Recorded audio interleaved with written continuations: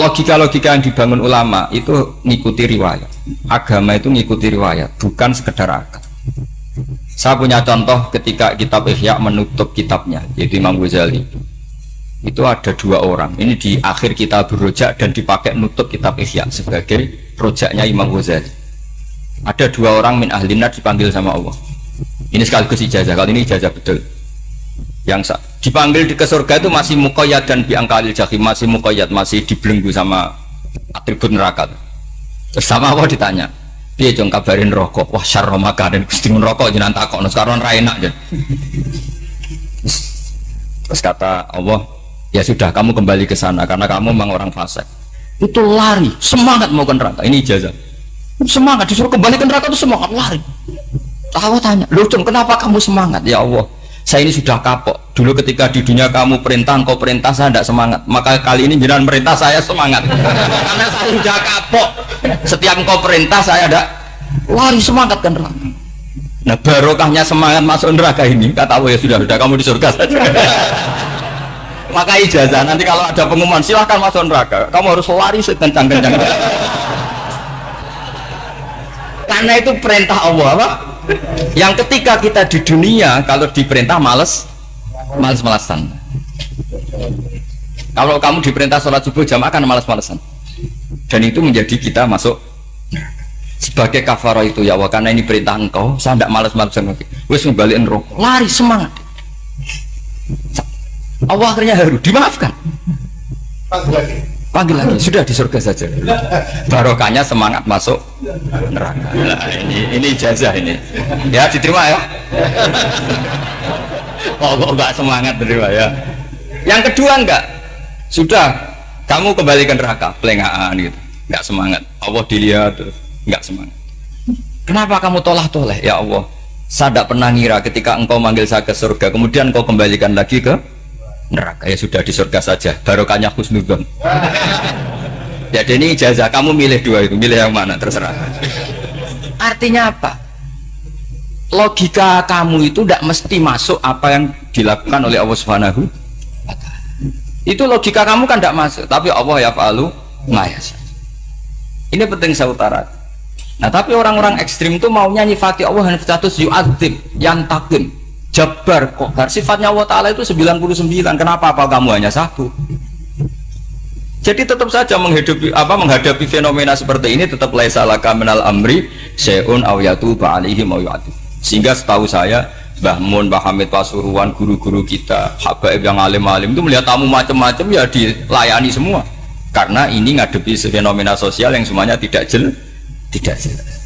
Kalau nggak jelas apa? Ya kita bisanya berharap karena afdalul ibadah itu intidharul farad. Kalau belum Islam sekarang kita harapkan nanti. Kalau bapaknya enggak kita harapkan anaknya. Kalau anaknya belum kita harapkan cucunya. Karena agama ini limangka nayarjuwo hawal yaumal akhir. Agama ini bagi yang terus berpengharapan, bukan bagi yang putus asa. Ini penting saya utarakan. Jadi apalagi Allah sudah punya rencana tadi, yang goblok-goblok di pedalaman Dayak bikin masjid, yang pinter-pinter ramen lomba untuk sangu, untuk umroh. Kira-kira memberi sama mendapat pahalanya keren mana? Memberi. Tapi tidak usah jadi goblok tidak usah direncanakan, sudah terjadi. Jadi makanya saya bela karena sudah terjadi gitu. Tapi tidak usah direncanakan. Nanti terus wah goblok aja cara Gus Bak gak apa-apa ndak. Sudah kadung, ini cuma kita itu iman ya. Jadi karena yang pinter itu yang jumlahnya tidak banyak. Ini kita bully saja.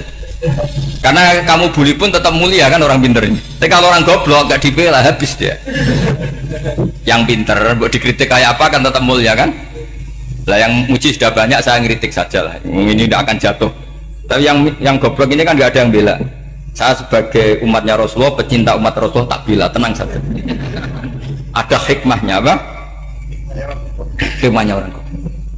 Betul loh, saya itu sering ketemu dokter, ketemu profesor tuh nangis. Tak tanya kenapa nangis. Bapak saya itu petani, saya di Jogja sampai jadi dekan, jadi rektor. Tapi saya sekarang rektor, anak saya sekedar SMP naik itu sudah senang. Nggak dengar kabar ketangkep BNN sudah senang. Padahal saya ini ahli metodologi. Ternyata pinter bapak saya. Karena bapaknya tadi hanya petani bisa menjadikan anaknya profesor. Tapi profesor tidak mesti bisa jadi. Anak sana SMP aja sudah senang. Karena Allah ingin membuktikan pinter kamu itu tidak ada artinya di depan iradatullah. Di depan apa? Iradatullah. Supaya orang tunduk. Lu coba yang jadi ulama tabi'in itu rata-rata abnaul mawali. Anaknya budak yang dimerdekakan. Karena Allah seperti itu. Ada yang tokoh yang tadi dzurriyatam ba'duham itu harus kita jaga. Saya termasuk orang yang ditakdir punya mbah-mbah alim, itu juga harus dijaga. Yang enggak alim peluangnya masih banyak. Banyak sebanyak-banyaknya. Asal tadi lewat jalur sregep, dan kalau bodoh ngaji saya nanti. Tak ajari Rabbana ma khalaqta hadza napa?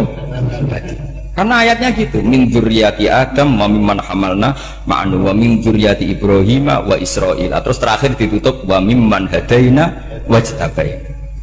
Itu umum. Tidak jalur nasab. Siapa saja yang hadaina wajtabaina. Ini penting saya utarakan. Jadi ini sebagai penutup tak baca teks Arabnya supaya kita dapat barokah jami'ul kalim. Karena sebarokah-barokahnya bahasa Jawa atau bahasa Indonesia masih barokah bahasa Arab. Cuma kalau tidak saya terjemah dulu, nanti saya baca ini kamu amin amin dikira doa aja sih. Makanya ini diterangkan dulu biar gak korban apa diamini. Karena saya ini pernah Jumatan di satu kampung, imamnya itu sepuh. Imamnya sepuh, khutbah itu nggak selesai karena dia nggak bisa menyelesaikan sesuai teks di bukunya itu. Yang belakang mantul terus amin amin. Akhirnya Pak Khotib ngadeg lagi, "Cung doa, cung."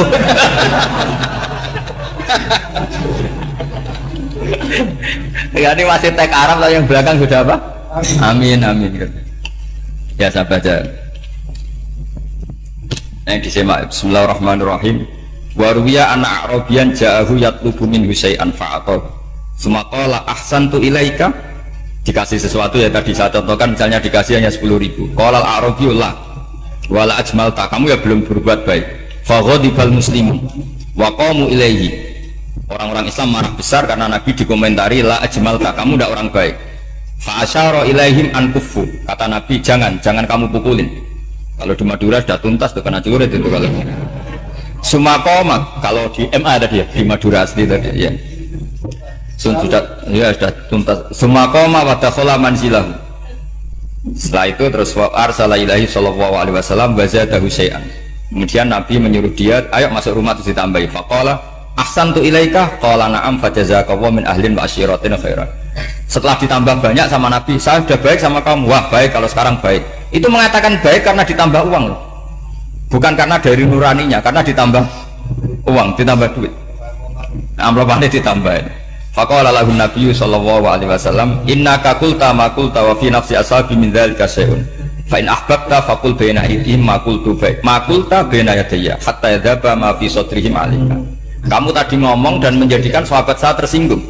Coba sekarang klarifikasi supaya mereka clear apa? Itu menunjukkan klarifikasi itu termasuk wataknya Rasulullah sallallahu alaihi wasallam. Tadi kamu menyinggung saya di depan umum, maka sekarang kamu muji saya juga harus di depan umum supaya clear, supaya mereka tidak punya perasaan macam-macam. Sudah akhirnya qala na'am falamma kana al-ghadu abil asyu ja'a faqala sallallahu alaihi wasallam inna hadzal arabiyya qala ma qala fazidnahu fazama'nahu radiya kadzalik qala na'am fajazakallahu min ahlin wa asyiratin khairan. Faqala Nabi sallallahu alaihi wasallam, ini penting ya bagi semua dai, bagi semua ustadz. Masali wa masalu hada masalu rojulin lahu naqotun sarodat alaihi fattaba'an nasu atau fa'atba'ahan nasu falam yaziduha illa nufuran fanadahum sahibuha khallu baini wa baina naqoti fa inni arfaku biha minkum.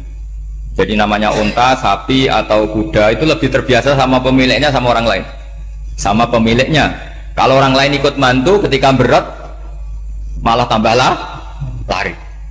Sama kiai sama umat tuh, kalau kiai kan punya syafaqah sama umat, maka inginnya umatnya dimaaf. Tapi kalau kubu sebelah inginnya mengkafirkan, mendosakan, membid'ahkan, itu bisa diharap nggak umat mau kembali, malah lari. Makanya saya pernah ngalami ini serius. Ada orang tukang ngafir-ngafir nawang NU gitu. Di majelis, satu majelis dengan saya. Singkat cerita semua NU pinter. Wahai jamaah duhur itu wahai sholat, ayo jamaah, aku gak sholat. Kenapa? Kafir sholat bareng. Nggak wajib wong kafir sholat. Tidak usah kafir, sholat aja.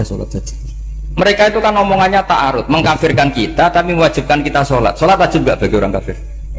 Enggak wajib. Berani enggak mereka mengatakan yang dikafirkan enggak perlu sholat karena sudah kafir? Berani enggak kira-kira? Enggak berani. Jadi omongan mereka itu paradoks semua. Karena memang enggak pernah ngaji.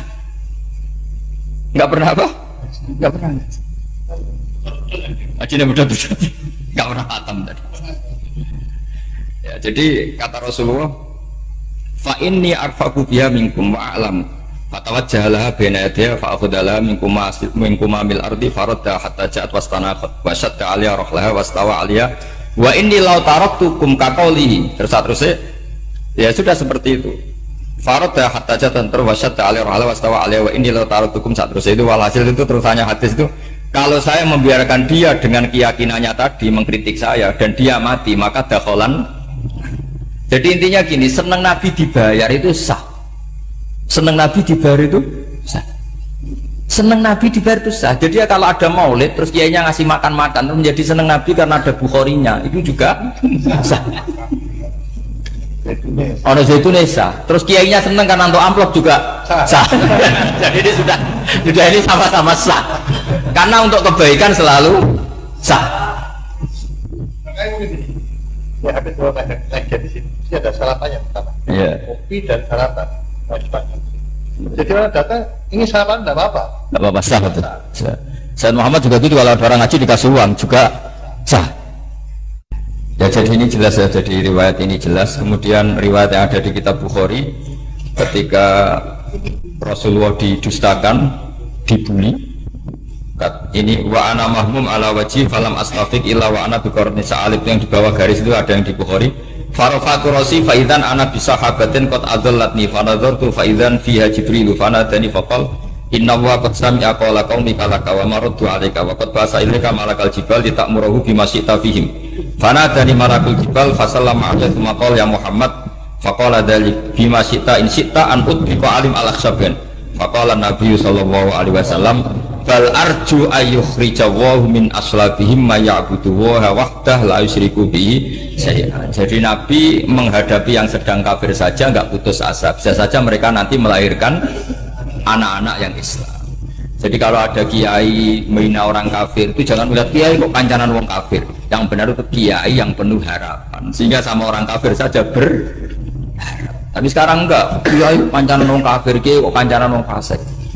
Logikanya dibalik, kiai nelateni wong kafir nak menawa anak turune masuk Islam, kiai nelateni wong fasik anak menawa dadi soleh. Logikanya harus seperti itu. Nah soal perang itu beda. Perang kan mereka sudah menstatuskan diri ingin bunuh kita, tentu kita harus berani untuk mempertahankan diri. Tapi kalau kondisi normal tidak bisa seperti itu. Ini kan kondisi normal. Itu Rasulullah ya nggak boleh, karena tadi bahkan kalau saya pernah ngaji ini di Stogiri pernah cerita Rasulullah jajar Nabi Nuh, ada seorang wali pasnya Abu Hasan Asyadili. Siapa Abu Hasan apa? Asyadili mimpi ketemu Rasulullah jajar Nabi Nuh. Kemudian Nabi Nuh itu digojok sama Rasulullah, kamu pernah masukkan kaum kamu, bisa saja fi aslabihim atau fi zuhurihim ada nasamatan sing tu'minu billah. Sekarang misalnya begini ya, ini orang kafir, di sini itu ada gen yang ribuan ila yaumil qiyamah.